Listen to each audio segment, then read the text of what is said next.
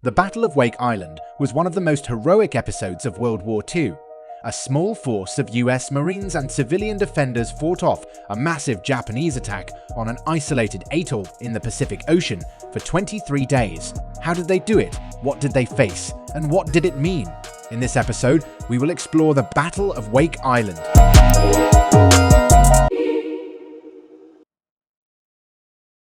Wake Island is a coral atoll with 3 main islands.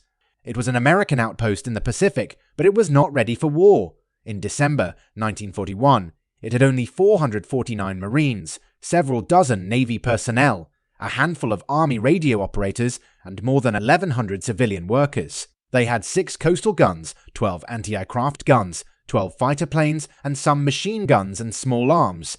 They also had 45 Guamanian men who worked for Pan American Airways. On December 7, Japan attacked Pearl Harbor in Hawaii, bringing America into World War II. The next day, Japan began bombing Wake Island from its aircraft carriers. The island's defenders had no radar, no air cover, and no anti-aircraft. They were bombed almost every day for 4 days, losing buildings, vehicles, crops, livestock. But some brave men on Wake Island fought back with courage and determination. They used whatever weapons they could find or improvise to shoot down enemy planes or damage their engines. They also used their knowledge of terrain and weather to hide or launch surprise. They even captured some Japanese planes that crashed on their island. One such hero was Lieutenant Henry T. Elrod Jr., who led his platoon in repelling several Japanese landing attempts on December 11 and 12. The Marines had 12 fighter planes and a small quantity of weapons. They were commanded by a 38-year-old Marine Major, James P.S. Devereux. He used his machine gun and grenade launcher to kill many enemy troops until he was wounded. Another hero was Sergeant John Warden Jr., who manned one of Peel Island's anti-aircraft guns during the battle for Peel Island. He shot down several Japanese planes before his gun jammed and he was killed by a bomb. The Japanese were stunned by the resistance of the Americans on Wake Island. They lost 2 destroyers, 1 submarine, and dozens of planes and men in their first attempt to land on December 11. They decided to wait for reinforcements from their main fleet. Meanwhile, the Americans on Wake Island hoped for relief from their own navy, but it never came. The island's defenders were on their own.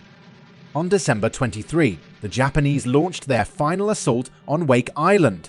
They had overwhelming superiority in numbers and firepower. They had 2 aircraft carriers, 2 heavy cruisers, 2 light cruisers, 6 destroyers, and more than 2,000 infantry. The Americans had less than 500 men, 6 guns, and 4 planes. The battle was fierce but brief. The Japanese landed on Wilkes and Peel Islands and quickly overran them. They then bombarded Wake Island with shells and bombs, reducing it to rubble. The Americans fought to the last man, but they were outnumbered and outgunned. They had no choice but to surrender. The Battle of Wake Island was over. It was a victory for Japan and a defeat for the United States. It showed the world the power of the Japanese Empire and the vulnerability of the American outposts. It also inspired a spirit of defiance, led by Commander Winfield S. Cunningham, who refused to lower the American flag until he was ordered to do so by his captors. He and his men became prisoners of war, along with the civilian workers and the Guamanian men. Many of them died or suffered in captivity. Some of them were executed by the Japanese in 1943 in retaliation for American air raids on the island. The Battle of Wake Island was a turning point in history and a lesson for the future. It showed the Americans the courage and sacrifice of their Marines and their allies, and the need for a united response. It also revealed the strength and weakness of the Japanese and the challenges and opportunities for the Allies.